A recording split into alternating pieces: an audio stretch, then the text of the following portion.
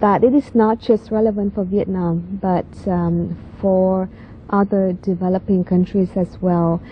Not just for our audience here and also at home, because the Ho Chi Minh thought will be your main focus for your second book. We'll go over what the Ho Chi Minh thought is. So can you tell us what is the Ho Chi Minh thought and how would you define it? Yes. Well, to me, the Ho Chi Minh thought represents a solution for developing countries, small countries, to gain independence from the West. So in the past, these countries needed to gain independence to fight against colonialism. And nowadays, with the end of colonialism, these countries still need to fight in the political and economic international system. And the Ho Chi Minh thought offers the following components. The first one would be to have a conviction, a strong conviction that all countries in this world, all peoples are equal. And therefore, the superpowers, the West, cannot influence other countries for their purposes. And secondly, we need to see the world through the eyes of the most disadvantaged groups.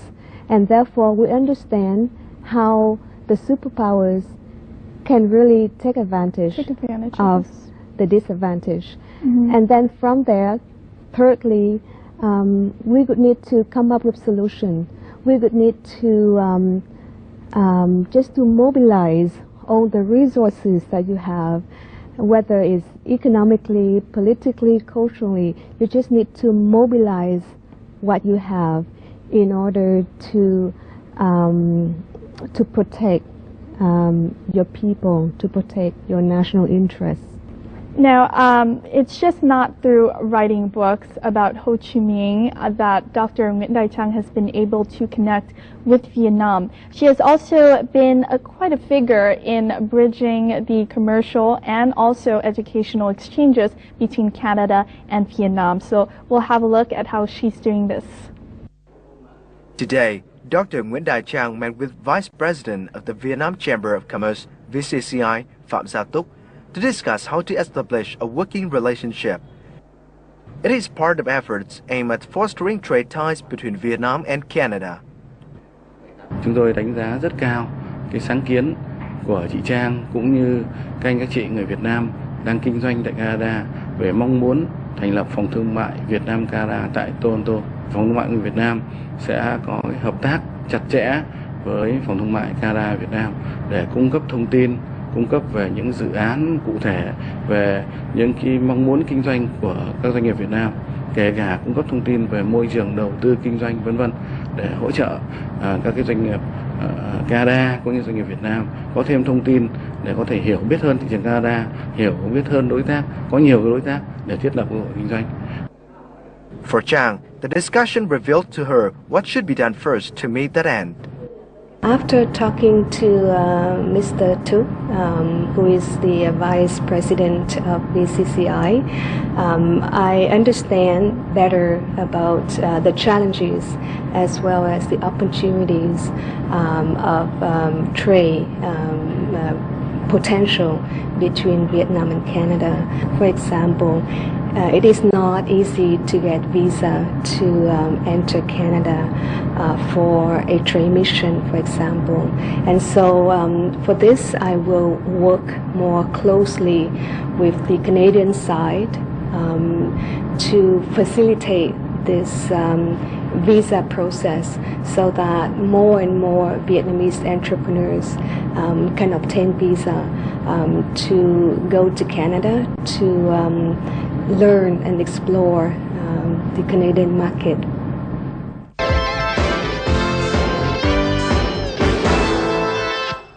Now, going away from your efforts in writing a book about Ho Chi Minh, you've also been quite a figure in trying to bridge the relations between Canada and Vietnam in terms of trade relations. So can you tell us a little bit about your activity in this field? For the last few years, I have been working with many trade organizations in Vietnam and in Canada, and trying to connect them. We have founded the Canada-Vietnam Chamber of Commerce, and we have many plans to connect the two countries together. So our plan would be to bring trade groups from Vietnam to Canada to explore the Canadian markets, and also vice versa. For example, there was a company in Vancouver. It's a clothes manufacturer. They produce silk products. They wanted to find a producer, a manufacturer in Vietnam, and so I was able to introduce them with a company in Vietnam, and then they work together, and they are happy. And it's a good feeling that you've been able to match makes companies and businesses that can be suitable to each other. Yeah. Now, going away from the trade parts, your efforts in bridging the trade relations, you're also doing a lot also in your field, education, in kind of making it possible for Vietnam and Canada to have educational exchanges. So can you tell us a little bit about this? Yes. I always want to work on the educational sector. I could see that there's a huge need in Vietnam to explore more in terms of international education, and I find that the Canadian educational system is excellent.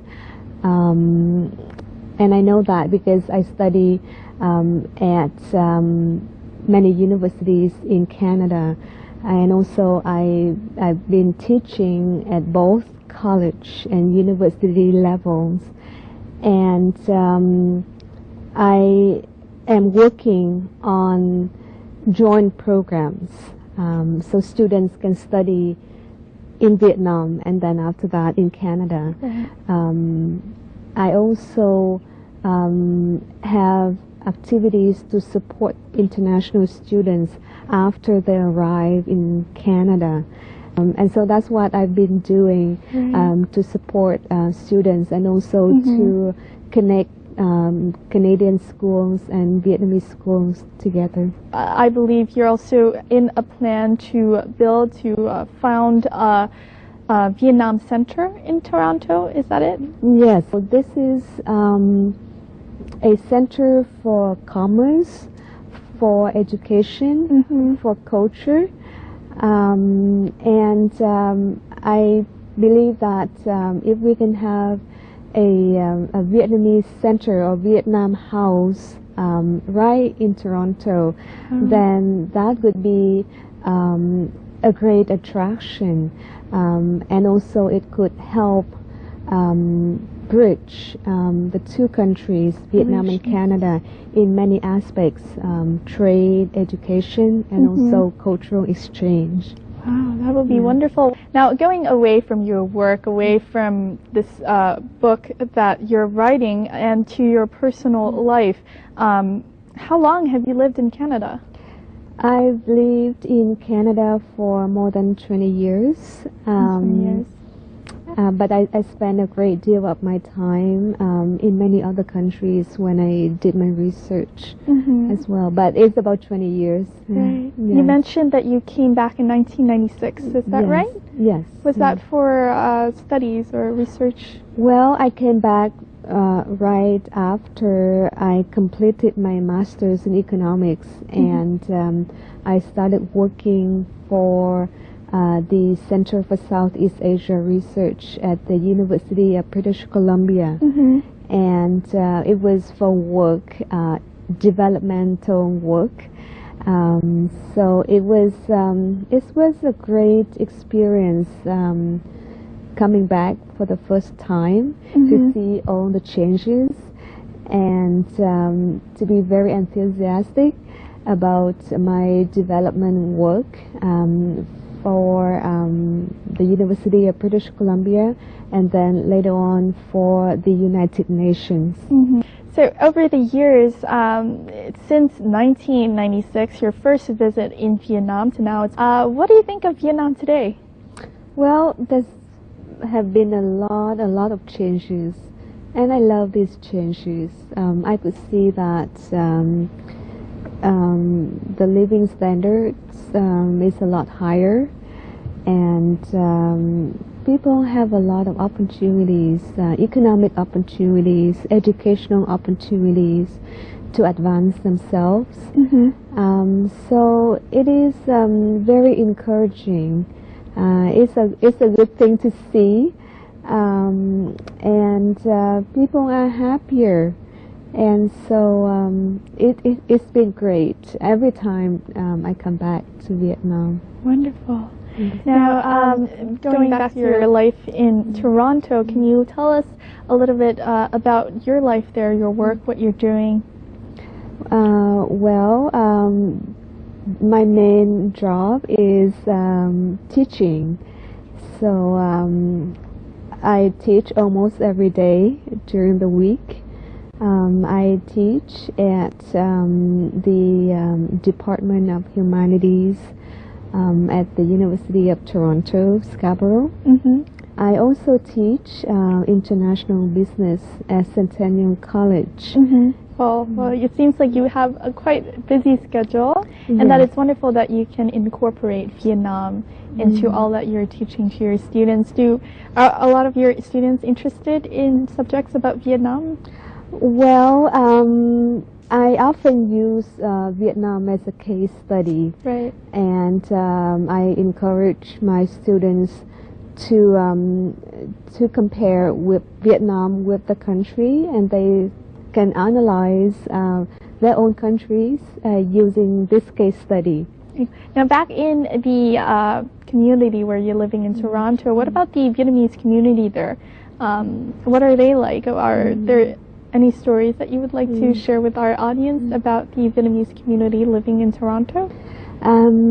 In Toronto, there are more than 40,000 Vietnamese in the city. Overall in Canada, there are about 200,000 Vietnamese. Well, in Toronto, the Vietnamese community is very active in their work.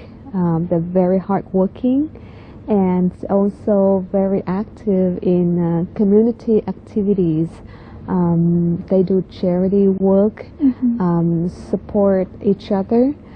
So it has been great to be part of this Vietnamese community in Toronto. It's wonderful work that you're doing. I mean, good luck on your second book, and also on your efforts in trying to bridge the communities in terms of business, education, the relations between Canada and Vietnam. And we hope you the best of luck in all of these endeavors. Thank you. Thank you very much. Thank you. Thank you very much for being on our show today. You're welcome. And we just had a talk with Dr. Nguyễn Đại Trang, who has become the first overseas Vietnamese to write and also publish abroad a book about the late President Ho Chi Minh. And also she's been doing a lot of work in bridging the business community as well as the educational scene in Vietnam and Canada. This is our edition of Talk Vietnam. We'll chat more next time.